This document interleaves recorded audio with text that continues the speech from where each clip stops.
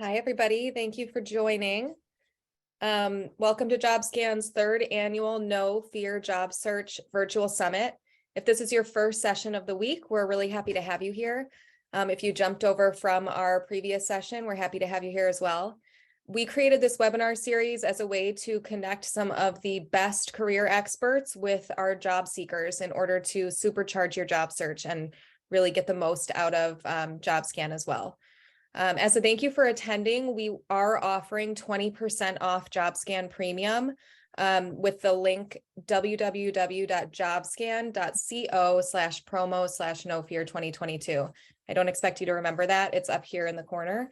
And we will mention it again at the end of this presentation. We also have a giveaway going on this week where you can win 6 months free of JobScan Premium. In order to enter that, you just go to sweepwidget.com/c/jobscan. We'll also be sharing that with you later on. You can earn entries by either sharing the event on Twitter or LinkedIn using the link on that giveaway page. We also have a code for each individual session that you can enter on that sweep widget page, and you can have multiple entries. So without further ado, I'd like to introduce our speaker for this session. We are really happy to have Eddiana Rosen here, who's a recruiter at Google, and she's going to be presenting on resume optimization. Please feel free to ask questions for Eddiana throughout the session in the Q&A box at the bottom of your Zoom screen, and we will get to those at the end of the presentation. Welcome, Eddiana. Please take it away. Thank you, Paige. I appreciate you. Hello, everybody, and welcome. I'm very excited to be here today. Today, we're going to be talking about the top 3 tips to writing a winning resume. And before we do that, we, of course, need to do a little bit of the deep dive to understand a little bit of what we're going to be covering today. So, what is a resume? I'm sure a lot of you on the call already know what that is, but we probably have some new grads, some career changes, or even people who come from another country who might not understand what a resume is. So it would be interesting to know that. We will also be covering what ATS is and why does it matter. And ATS stands for Applicant Tracking System, and why is it important to understand it. How to write a resume that recruiters and hiring managers will read, because some of them will not get read. Resources that will help you write an effective resume. And again, the reason why you're here today is the top 3 tips to writing a resume that lands you interviews, because that is the job of a resume, is to land you the interview. Nothing more, nothing less. That is why you need to write one. All right. Before we get into that, a little bit about me and why you need me here, why you should listen to me, right? So my name is Ariana. I am a recruiter and HR professional for the last 7 years. I have been in various industries, and the last that I am currently is in the technical industry. I have been in finance, marketing, communications, healthcare. I have recruited and managed the entire employee cycle from internship through director. So I know a thing or two of how to look at a resume, not only for a brand new graduate, but for somebody who's more senior. I have worked cross-functionally with many hiring managers, so I do know what it is that they're looking for when they're looking at a resume, not only for the recruiter perspective, because recruiters and hiring managers look for different things, believe it or not. We're going to talk about that in just a little bit. And I have written hundreds of resumes and reviewed thousands of them. All right. And I see some questions coming in. Paige, should I tackle some of the questions now, or should we leave them for the end? We can leave them we can leave them for the end unless you happen to see any that jump out at you, but I'm happy to help you answer those at the end. Okay, perfect. Let's go ahead. And my presentation is pretty lean. I like to be very effective with my presentations. I know people attention spans are super short, so I like to be effective and fast. So I'll leave them for the end. And my presentation might actually answer some of them. So I think it's more effective to go ahead and go through the whole presentation. So please bear with me. And if you think you're going to forget it, jot it down and write it on the Q&A. All right. So now that you know who I am and why you should listen to me, let's take a look at what a resume is.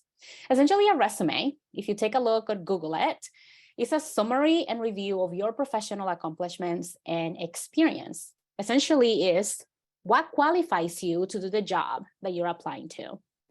It is a marketing piece or a marketing document that is used to express an interest on a job vacancy.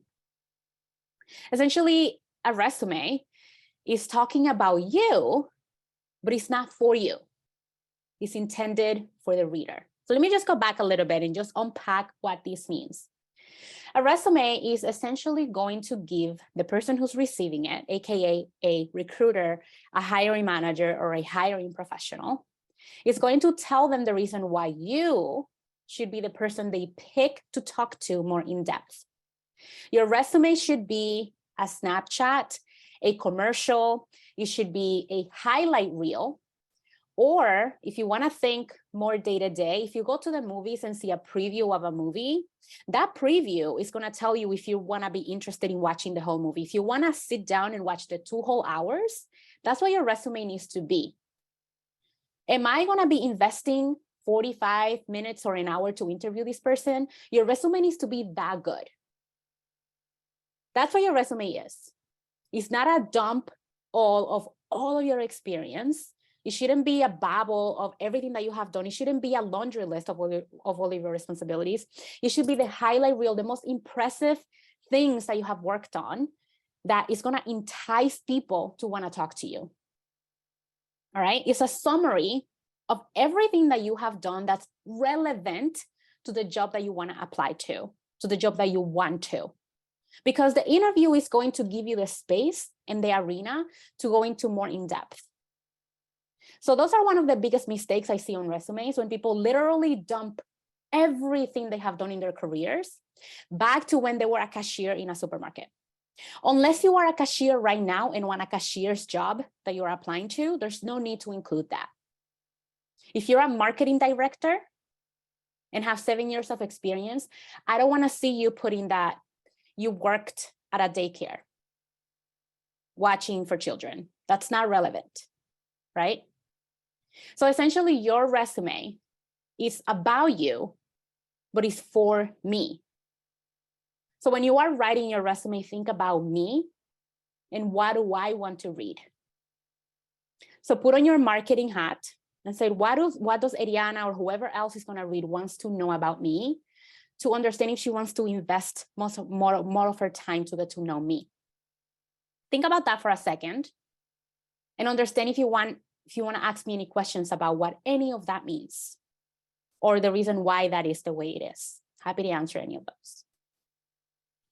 Now that you understand what a resume is, let's talk about the ATS. Because, oh boy, do I love talking about this. There's so many misconceptions on the internet. The ATS is not a robot that's against you. The ATS is not rejecting you. The ATS does not know you and has nothing against you. The ATS, again, stands for Applicant Tracking System. The key is right there. It's an electronic filing cabinet that stores your information from when you apply for a job. That's all it is. And some fancy ones for bigger companies do have an AI built into them to help them look for SEO or search engine optimization.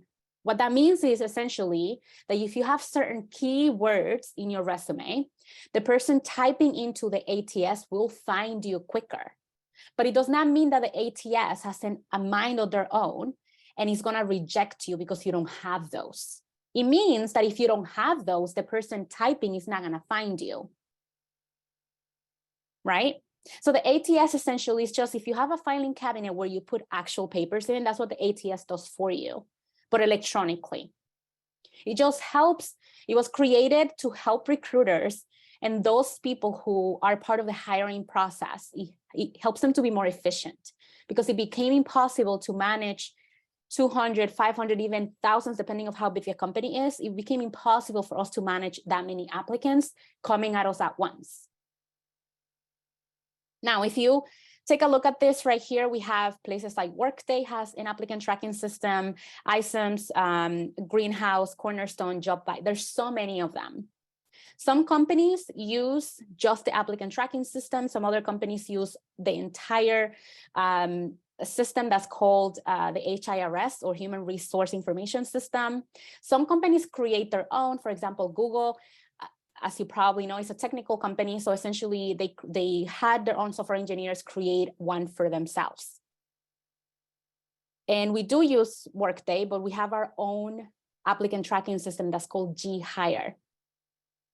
And so, as I said here, the ATS is not out to get you. So there's no reason for you to go out and say, I'm going to beat the ATS.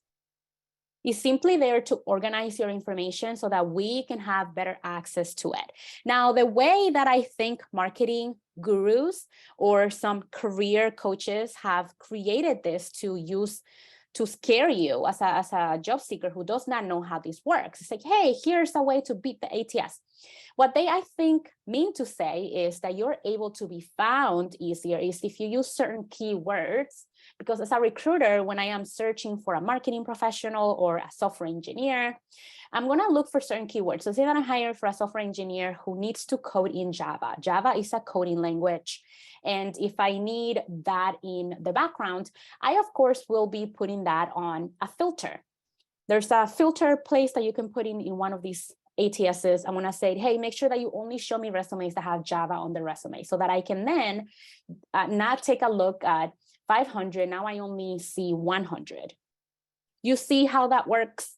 It doesn't necessarily mean that the ATS will throw you out. It means that it won't show you to me because I'm intentionally now looking for people who only qualify for the things I want to see. If there are any questions on that, please make sure to put them in the chat. I'm happy to answer those at the end. All right, now the juicy pieces are coming up. How is my resume being read? How are recruiters, because as I said in the beginning, your resume is about you, but it should not be written for you. It should be written for the person that's going to be looking at it. So let me tell you a little bit about how we work as recruiters. Essentially, for me, my metrics are based on how many people I get to make to sign on the dotted line. How many people do I get to hire for my organization, right? And before I get to do that, I need to make sure that I am presenting qualified candidates in front of my hiring manager. So as you can see here, recruiters' metrics of success lie on how calibrated we are when we present a profile or a resume to the hiring manager. What calibration means is that if I were to present 10 resumes to my hiring manager, I bet that at least 7 out of those, my hiring manager will be interested in interviewing. If less than that, if they want to see less than that, it means that I'm not calibrated. It means that I do not know what I'm looking for. It means that I am not presenting qualified candidates to my hiring manager. It means that I am not being successful at doing my job. So that's the reason why sometimes job seekers get frustrated and say, well, like companies don't want to teach. I don't have experience, but I think I can definitely learn. These recruiters, they want everything that's on the job description. But in reality, recruiters are doing their job. They want to hire people or present resumes that already are showing that they have some sort of transferable skills because that's what makes them be calibrated. Therefore, it's what makes their hiring managers happy, right? The hiring managers don't want to be passed on resumes that don't align with what they want to hire. And this is a conversation for another day. The reason why companies no longer like to train people, that's another conversation. But essentially, I just want to teach you how our jobs work so that you can be a much more educated job seeker so that you don't feel like you need to depend on other people to go in blind and apply for jobs. Because this is a reality of how you can essentially beat the system. And I hate using that word, but that is essentially where you're going to be a much more educated person going into the process. So essentially, as recruiters, we have to shift through hundreds of applications on a daily basis. Let that sink in, hundreds of applications. And we want to make sure that the ones that do get through are going to be the ones making the cut. We want to make sure the hiring managers are happy with those selections because, again, the way that I am successful as a recruiter is that those people will get hired. How do they get hired? that hiring manager will say, yes, I want to interview this person. And then if that person does well in the interview process and they get passed on to the next round and the next round and the next round, and then they get offered a job, right? The next piece is that resume should be written with the reader in mind. I'm going to continually say that because there's so much information out there about resumes and people still don't know how to write a resume. They write it all about themselves, or they talk about a laundry list of things of I'm responsible for XYZ. I do this and I do that. That's fine. But what is the impact? What's the impact that you're having with your job? How do I know that you'll be able to come in and create impact at my company? And then the last piece is understanding the reader will make you a master at getting past the initial phase of the job searching. So the first part is finding a job that you really want. The next piece is making a list of the skills that you currently have that you know you align with that job. The skills that you think are transferable, that are not necessarily the actual skills, but are transferable. And then the list of the skills that you're lacking. That's the initial piece, right? Understanding the job description so well that you will know what you have, what you don't have, in the middle. Then it's learning how to translate that in your resume. And that is how you write an effective resume. Okay. Now, how can you build a resume that is going to be read? Number one, if you have experience in the role, well, you're going to have a very easy time. You probably will get a call back. Congratulations. However, there's caveat to that because you might be sitting here, well, you know, I have experience and I keep applying for jobs and I never get callbacks. That's fair. You might be applying for jobs too late, where again, you might be getting buried with hundreds of other applications. As you know, I work for a company where we get millions of applicants a year. It is more competitive to get hired at my company than it is to get into Harvard. That's how many applicants are going through our applications. So something to combat this right here, and I'm going off topic a little bit, but I want to give you some tips. If you have experience and you have a good resume and you're still not getting phone calls, it's because you're applying too late. Turn on notifications. You want to be the early applicant. When we post jobs, recruiters, we are eager to get qualified candidates on the first day because we want to look to our hiring managers like we're on it. Hey, I just posted this and hey, I already got 5 good candidates. That's how we build trust with our hiring managers. And there are our stakeholders. There are our clients, just like you are our clients. We want to look good. Make us look good by applying early to these jobs if you are qualified. Now, the second bucket, which is probably majority of the people who are on this call, if you're a new grad, a freelancer, a career changer, you have to work more intentionally to demonstrate on your resume how your experience or lack thereof correlates to the opening. And the way that you do this is what I just briefly explained before I change into this slide. You need to learn how to read a job description. And the way that you do this is, the way that I teach people how to do this, you have to read it like you have an exam on it. If you've gone to high school, to college, or whatever type of schooling, and you've taken an exam, how do you prepare? You read the materials, right? You read books, and you do it intentionally. The way that I like to do it, I'm a very visual person.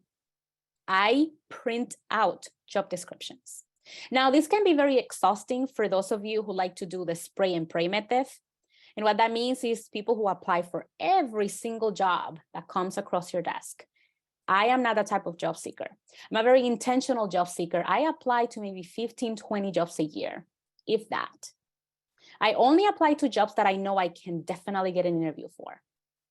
So that doesn't sound as crazy anymore, right? Because it's like, if you're one of those people who apply to 200, 300 jobs, that's going to sound exhausting and impossible. So I print out the job description and I look at this. I have a tub of highlighters and I haven't been in school in years. I still do that. I still take out and print out my job descriptions and I highlight the things that I have. So I use the color system. I will have green, pink, and blue, right? So green are the skills that I already have. Okay, I already know that I have those skills and I can come up with examples of when I've done those skills. Pink is the skills that I lack. I cannot for the life of me come up with an example. It means that I've never done it. I don't know how to do it. I will need training or I will need to come up with an idea of how to do it. Blue is I never done it, but I can come up with an idea of how to translate something that I have done in the past that could be similar to that. Those are transferable skills. And I'll give you an example. As a recruiter, I could be a program manager. Why? Because as a program manager, essentially you are managing programs. As a recruiter, you're managing one program, which is the life cycle of a candidate going from the application process to offer. That's one program. Something else that you do as a recruiter is that you're handling a lot of stakeholder relationship. You do the same thing as a program manager. So this will be my blue highlighter, right? That's just a transferable skill that I have as a person. That's how I analyze my job description. Something else that I do is I use a regular pen, whatever color, and I circle anything that I don't know, that I've never heard of before, any acronyms, any words. I was like, I've never heard of that before, or any type of lingo that especially when I was working, I was gonna go into the technical industry. I had a lot of circles in my job description. It's like, what does that mean? Any of those, lingo words that people like to use in corporate. You know what I do? You need to be resourceful. If you've never heard of something, for example, as a program manager, there's something called a RACI document. I was like, what is that? Go to Google. What is RACI in program management? Google is here to save your life. Go to Google, search it up, and you will have an amount of documents that you feel like you can have a PhD on it. And this is killing me right now because I can't even see people's faces. I don't know if I think I'm funny. I don't know if I'm being engaging right now with everybody because I hate to be dry on presentation. So I would love to see people's faces, but I hope that I'm bringing the message home here. So that's what I do when I'm analyzing job descriptions. It's not just about the resume, it's understanding how you are reading the job description, because there was a statistic that I read when I was doing my master's degree that people only take 57 seconds to read a job description. And I was baffled by that. What? 57 seconds? You should not even be brushing your teeth for that little amount of time. That is the reason why, and I'll take fault to that too. The job searching process is extremely dysfunctional and we all need to make it better. But as a job seeker, you should not, if it's a job that you really want, you should not be spending that little to make such a life-changing decision, like taking a new job. That should be important to you. You're spending a lot more time understanding why you would be. This is why people get new jobs and 3 months later they're miserable. This is not what I expected. This is not what they explained to me. I don't know what I'm doing. I want a new job. Majority of the time is because you're not asking the right questions. It's because you don't understand the job description. It's because you're not really understanding what you're doing before you even apply for the job. All right, cool. Now that I've explained how I analyze job descriptions, here are some resources that can also help you. And it would be weird of me not to mention JobScan, right? JobScan is actually, I was jumping with joy when JobScan reached out to me to do this presentation because I'm a huge fan and I've used them for years.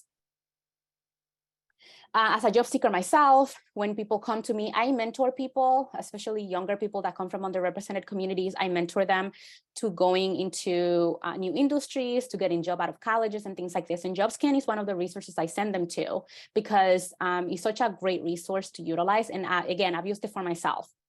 But JobScan is a resource that can help you optimize your resume, especially when you get stuck and if you want to change careers, go into a new industry. Eventually, it's going to help you get more interviews because I've proven it. I've done it for myself. I've done it for other people that I've mentored. And essentially what you're going to do, and I just realized that I I'm a visual person, so I should have shown you with screenshots, but we can do a little demo at the end if you want. What you're gonna do is upload your resume. You go to jobscan.co and it's gonna appear, and it's very intuitive. So they're gonna tell you exactly what to do and all the steps, but essentially you're gonna upload your resume and it's gonna give you a rating on the recruiting preferences. And the reason why I know that this is accurate is because they talk to people like us all the time. They talk to actual recruiters and they get the information from people who have boots on the ground.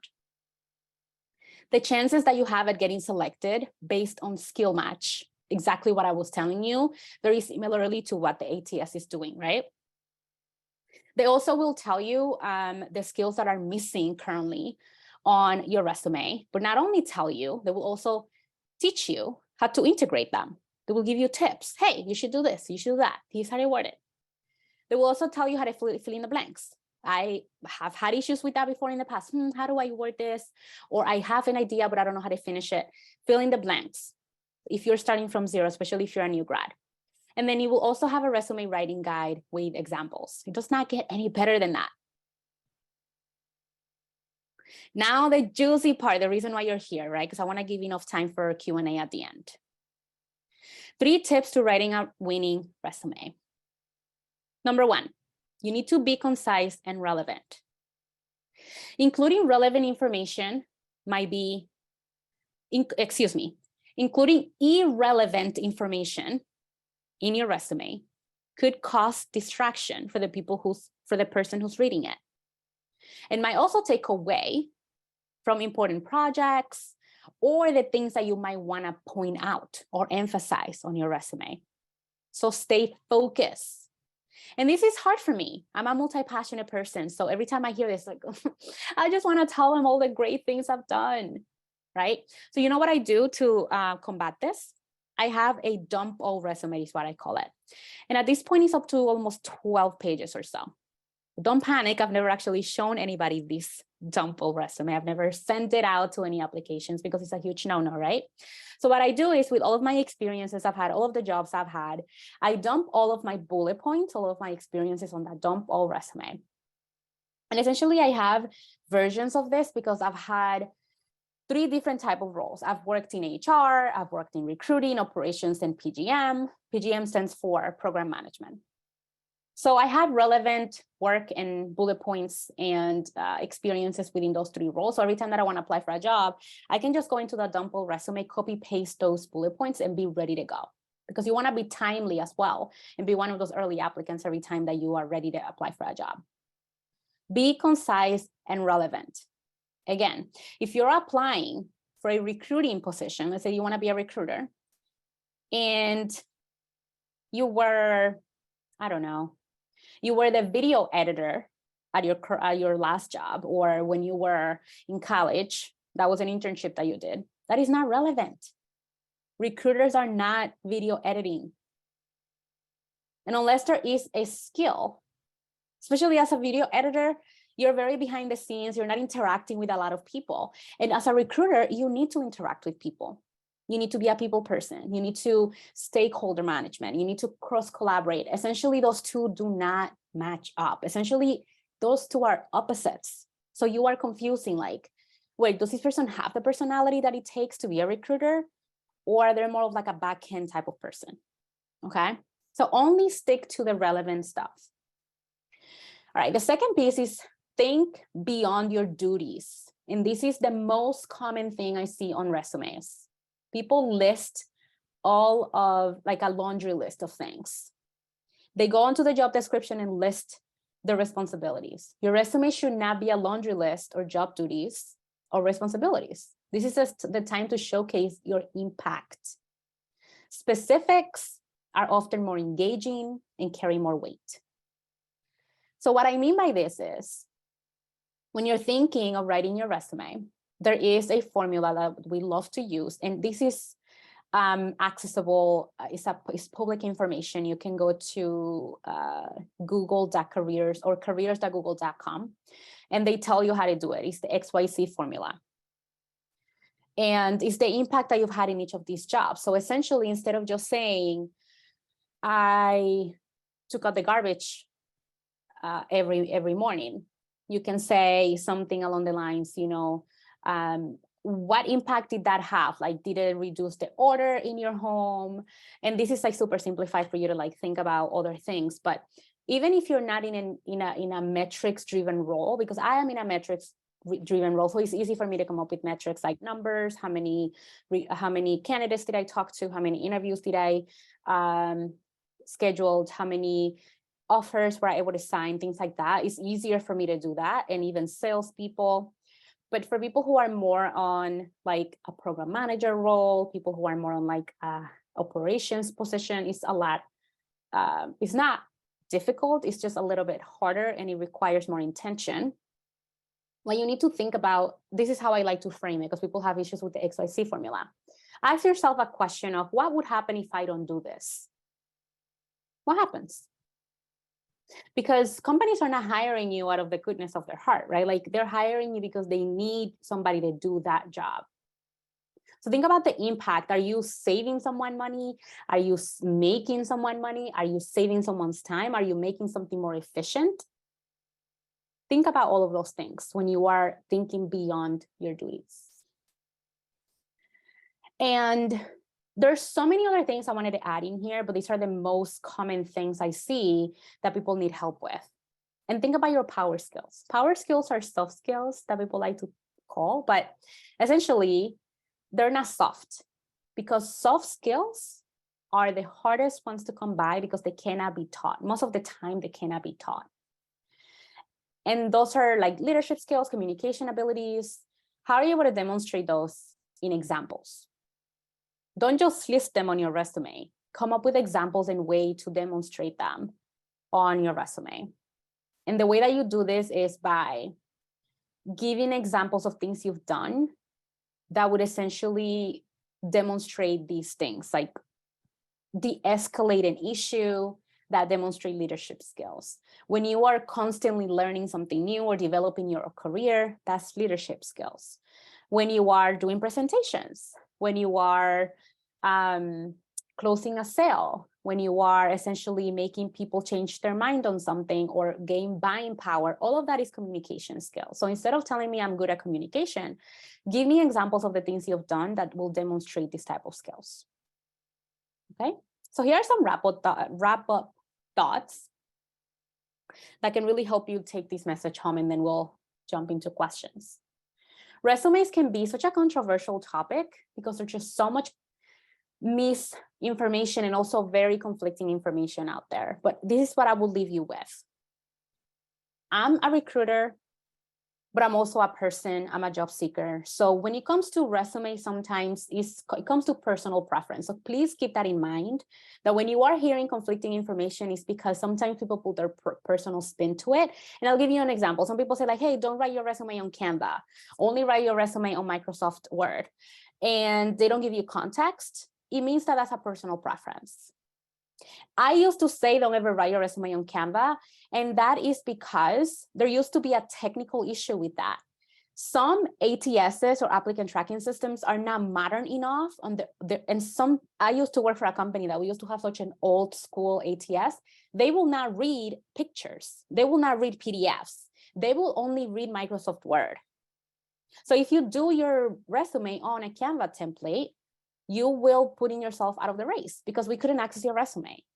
So that's what I was saying. Like, now that we're a little bit more advanced, and I'm not sure if that company still uses that ATS, but you're running that risk because you, as a regular person who doesn't understand ATSs, you might not know what ATS that company is using. So in my opinion, I think it's best to play it safe and do what you think is best for you at the end of the day. But I will never submit a Canva resume for myself or anybody that I support or mentor.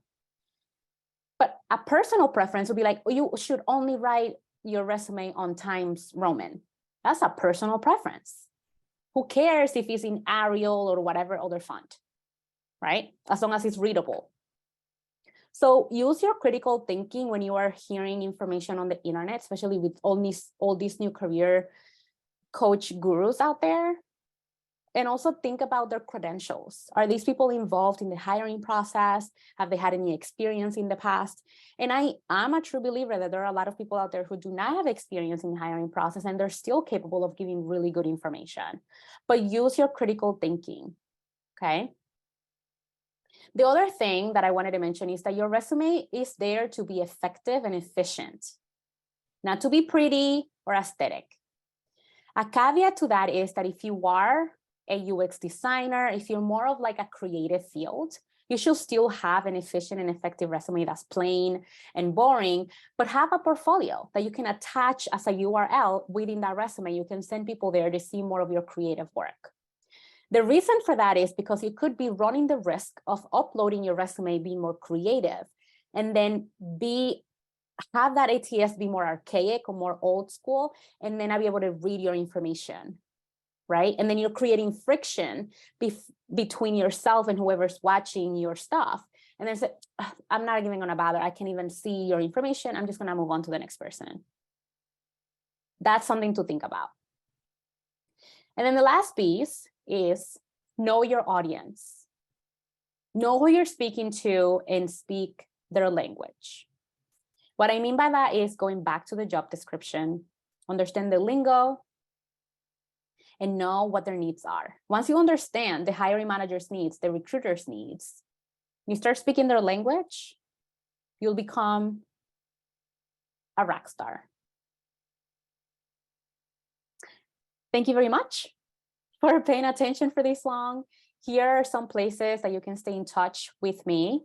And I'm sure that the people at JobScan will probably give you access to this. I do also have a free template that they will also give you access to. I would love to share that with you. And you don't need to do anything. It's just a free Google sheet that you access to. It's a link that you can click. And then there are also free verbs in there that you can access. And it's just a thank you for attending this session today. And because I am too tired of people charging money for that type of information, it's so easy to just access it for free. And then I can get you a free start in your job searching journey. And it's my way of giving back to people who might not have access to that or don't have the money to get started. And then, yeah, thank you. I'll jump into questions. Thank you so much, Eddiana. That was great. I know I learned a lot, and I know it's hard to not be able to see people's faces, but if the Q&A is any indication of how much people were enjoying it, we've had more than 150 questions coming in. And Sydney, my colleague, is here in the background answering as many as she can, but we wanted to leave quite a bit for you as well. Absolutely. One question I'm seeing a lot is, you mentioned not to include every single, type of work experience you've had if it's not relevant, but people are wondering, how do those gaps on a resume look to a recruiter if you're not including irrelevant work? Mm-hmm. Yeah. Or how do you address those gaps, I guess? Absolutely. Essentially, the irrelevant work is more like if they're parallel, like before. Okay. Right. So essentially, if you're going to leave a gap of like years in between, don't do that. Okay. Just put it in there and try to make sure that you're mirroring making those relevant transferable skills as best as you can. But it's a caveat to that as well, because anything that's like older than 20 years, please don't include, because that's also going to get into age discrimination and all of that, which I know was a question that people were interested in hearing about as well. But when it comes to gaps, I think that COVID has made a huge, has made us be a little bit better with that, specifically with forward-thinking companies. So don't be too scared about that. I think people have become better when it comes to the gaps. Yeah, I agree. One sort of related question that I remember seeing here was somebody asking, they were laid off as a result of COVID, and they're an older job seeker, and they were wondering, should they leave out experience that, I know you said don't put anything on there that's, earlier than 20 years, but what should they do to avoid ageism? Or should they just put it all out there and, hope that the company isn't going to judge them based on their age? I wish I can tell you that they weren't. I know. Unfortunately, they will. And I just went through something familiar like that with my own mother.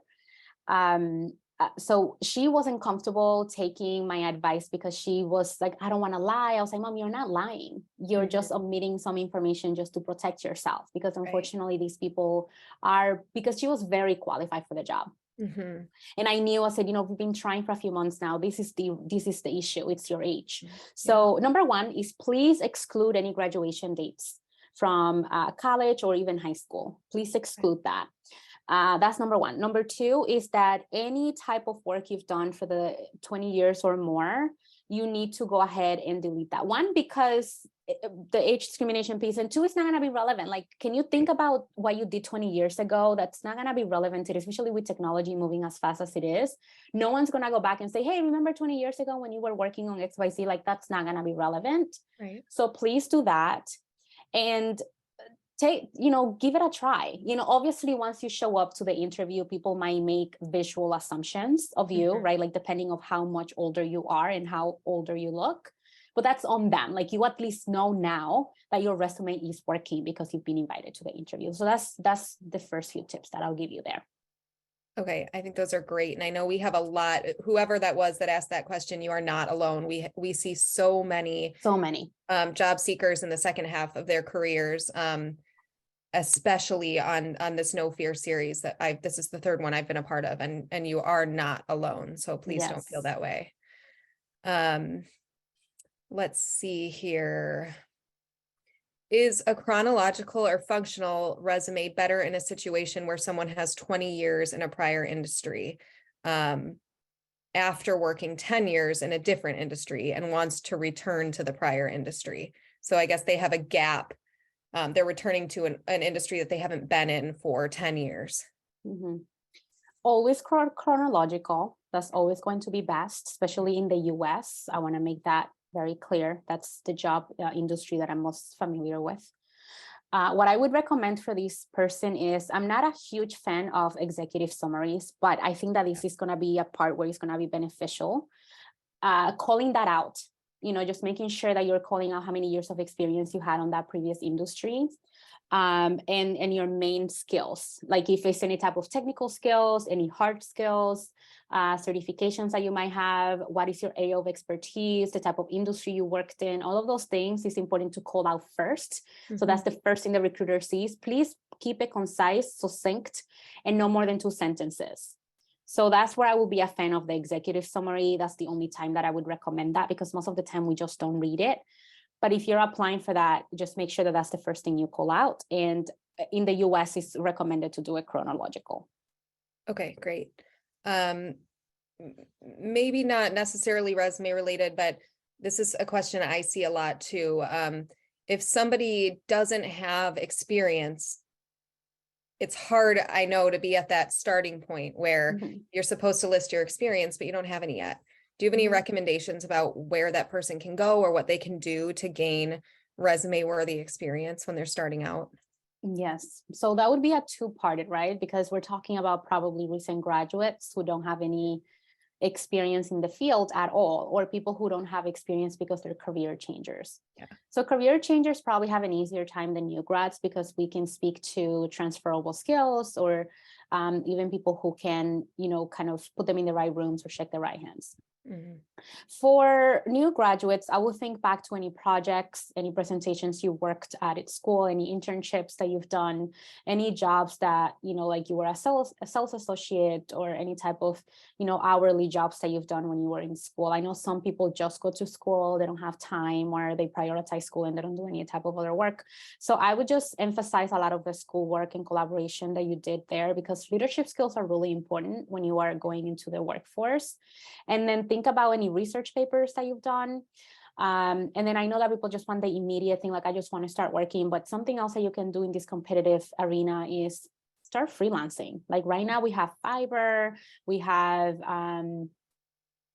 the temporary jobs that you can search, that you can do for 3 months or even 6 months if you can, and start offering the jobs in the area that you might want to get into, right? Like doing it in a freelance basis and get that experience on your own. I've seen people who started offering it to like startups or small companies, like in an initial basis, and I know that this is super privileged because not everybody can work for free, but you can start out if you're still at home and your parents can support you. You can say, hey, like, I want to get into this industry. Here's some work that I've done, and do your own portfolio. Like, let's say that you want to get into production, for example, and you can start doing some YouTube videos and show like what you can do with video. And right now with like social media, that's super easy to show. Do something similar to that, right? Like if you're a career changer, go onto LinkedIn or even JobScan, right? Like they show you like the experience you currently have and how can that translate into a new job. You can take a look at that, and then go onto LinkedIn and search for people who were career changers from similar backgrounds as you, and connect with them. You know, start networking and see how they did it. That's my initial advice there. Yeah, I think that's great. And you mentioned, applying to smaller companies for freelance jobs. And earlier you also mentioned how the competition applying to large companies is often just huge. Someone is asking, due to the rejection rate when applying to large companies, do you suggest applying to smaller startups instead if you're seeing a lot of rejection? Do you think that would help out with the competition at all? I think it depends, because you could be doing something wrong. You could be applying for the smaller companies and still get rejected if you don't have an effective resume, if you're not applying on time, because even for the smaller companies, there's still a huge pool of candidates that are applying for those jobs as well. So it is very important to understand the data. Like when you're applying for jobs, you need to become the data analyst, right? Like collect the data that you're applying for those jobs and saying like, why am I being rejected? Yeah. Like, I'm qualified for the job. So like, why am I not being reached out to? Am I applying on time? Am I being like, how long was the job posted? Any job that's older than 3 days, that's too late. Because again, right now we're heading into a recession, and arguably we are in a recession already. So people are being laid off, potentially being laid off very soon. People are panicking, people are applying for a lot of jobs, and it's just right now it's just a weird time. So you have to really be very strategic in the way that you're applying. And when you're applying for bigger companies, think about that there are a lot of internal candidates that are being considered first for the new jobs that are being open. So also think about, it's not you, it's that internally they might also be offering those jobs for those people. So consider the tips that JobScan, for your job search virtual summit is giving you, and compare that to what you're doing. And then talk to other people in the industry and say, hey, I'm doing all of the right things and I'm still not getting anywhere. Then you can consider other options. But I think a lot of people are afraid of doing what the 1% is doing, which is like doing the real work, right? Of going deep. And because a lot of people are doing what 99% of other people are doing, which is just applying online and hoping for the best. Right. And I'm curious, with your experience with JobScan, what is like the match rate? I know we have our own that we talk about, like 75 to 80% match rate is what makes you really competitive. But have you seen a particular match rate, even if it's lower than that you think people have success with? I would say 65. Yeah, I've heard that from other recruiters and career coaches as well. Yeah, I'd say 65. It's a good number to shoot for, but also there are other factors that we have to consider, right? Like how early are you applying? Yep. Do you have connections in that company, especially if it's a big company? That usually helps. It doesn't guarantee anything, but it does help, because there's a difference, especially in a bigger company, there's a different department. It's not just a regular recruiter that's going to evaluate you. It's a different department that's going to be reaching out to you, because it's called a referral department. So like you need to think about, again, you need to become an expert. Again, going back to be the 1%, study this. You need to study how job searching works, because it's a whole system of how we actually become and how people become successful at it.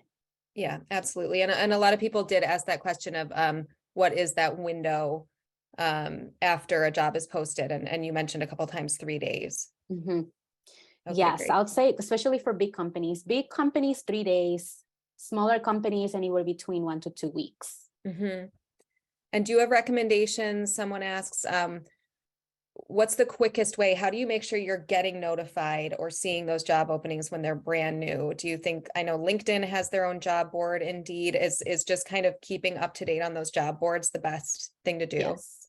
Okay. Yes, those job boards, and usually companies, bigger companies that have the resources to have a robust applicant tracking system, they also do have those that you can turn them on. So if you go into the bigger companies and they have their own ATS to have built that in, you can see it usually in the top corners. Once you start doing a search, they ask you, hey, do you want to create an alert with this? And of course, you will have to give them some information like your name and your email address, but it's totally worth it, because what happens is every time a job comes up with that criteria that you originally searched with, it will push out an email and say, hey, this job just opened up. And you can be the very first person to ever know that that job even became available. Okay. You may have mentioned this, but this is a question we get all the time. Does it make a difference whether a resume is submitted as a Word doc or a PDF as far as the ATS? Yeah, great question. So the PDF piece, you need to do a test first. So when you have a PDF and you highlight the PDF and the stuff on the PDF highlights, like when you can see the blue on top of the words, you can submit. When you don't do that, when the PDF does not do that, it means that it's reading as a picture as opposed to a PDF. I would not recommend you do that. So the reason why that is because some ATS will read it, some don't. You don't want to run that risk. And the reason why you need it to read is because when I am on the back end doing the searches, if the ATS is not reading your resume, when I put in a keyword, that ATS is not going to pick up whatever is on your resume because it's just a picture. So yes, you can do either or. The only reason why I don't recommend Word documents is because you don't know who's receiving your resume, downloading it and manipulating whatever information is in there. So you don't want to be submitting anything that could be edited. Yeah. Okay. Privacy reasons. That's the only reason. That's a great tip. I don't usually know how to answer that question, so I'm going to remember that. Yeah, absolutely. Let's see. This is interesting. If you do categorize your accomplishment, should it focus on the skill or the result of that accomplishment? So I guess, should you be saying like, that I organized this program, whatever it is, or that it resulted in, this turnout, or maybe both. Yeah, sometimes both, sometimes either or. It depends. Sometimes, some people get so hung up on that, but sometimes you just don't know the result, right? Especially when you come from a smaller company, you don't have ways to measure success. Yeah. So you can just highlight the skill that you've utilized for that. And when you take a look at the job description, what skills is a job description calling for? So if that job description is calling for leadership skills, communication skills, take a look at the things that you have done in your job that are highlighting those skills. Those are the things that you need to concentrate on highlight, because if they're calling for leadership and communication, they might not really worry so much about, okay, how many phone calls do you make? They just want to make sure that you actually have mastered the communication aspect and the leadership aspect of the role. So again, you have to just reverse engineer the understanding of what a job description really needs, and then answer the question of like, oh, should I highlight my the metrics here, or just the skill that is needed? Sometimes both. As a sales representative, somebody who has a metrics driven job, you might want to highlight both. But when you have a program manager job or a more operational job, you might want to just highlight more of the skill, because sometimes you just don't know the result of that. Sometimes, unfortunately, maybe it failed, and you don't want to say on your resume that something failed. Like, you want to explain that on an interview. Okay, it failed. Here's what I learned. Right. But you don't want to highlight on a resume, right? Right. And yeah, your resume is really about getting yourself through the door, and then in the interview, you can explain whatever you need to explain. Exactly. We probably have time for one more question, and I'm seeing lots of questions about page length of resumes. Yes. Some people saying 1 or 2 pages, some saying they've heard that 3 are acceptable. What's your opinion? Oh, okay. This is where it teeters between, like, it depends on industry, legal and education. I think, probably 2, 3 would be okay. However, anything that's like more corporate or even tech, I wouldn't go more than 1. Again, if you submit a resume that's 3 pages long and you have what it takes, I'm not going to reject you because of that. Right. So that's where people get hang up. Like that's not something to worry so much about and put so much emphasis on, because it could teeter into the personal experience or the personal aspect of like, do this over that. It's not something that's going to reject you from getting an interview or not. But the reason why people recruiters want to make sure that you're concise is because we just won't read 3 pages. Like nobody will sit here and read 3 pages of your accomplishments. That's just, so we just want to save you time and effort into having to write those 3 pages on your resume. So personal preference, 1 page. If I had to give you advice, if you were somebody that I was mentoring, 1 page. If you have more than 15 years of experience, of course I can do 2, because sometimes it's hard to put everything in 1. 1 and 2, no more than 2. 1 if you have 7 or less of years of experience. Okay.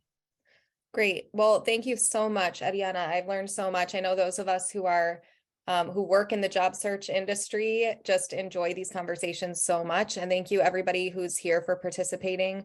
I can't believe the amount of questions we got. And then if you want to get 20% off JobScan Premium, that promo code is up in the right-hand corner right now. And that's the same promo code for the entire webinar series. We do have another session coming up this afternoon that also focuses on resume optimization, but with a different presenter, Tejal Wagadia. I definitely recommend attending it, even though it's the same topic. Everybody has different interpretations of the topic, and you'll learn some great tips from her as well. So we look forward to seeing you hopefully there and later on this week too. But thank you so much, Eddiana. I enjoyed this very much. Absolutely. Have a great day, everybody. Have a great one. Bye. Bye.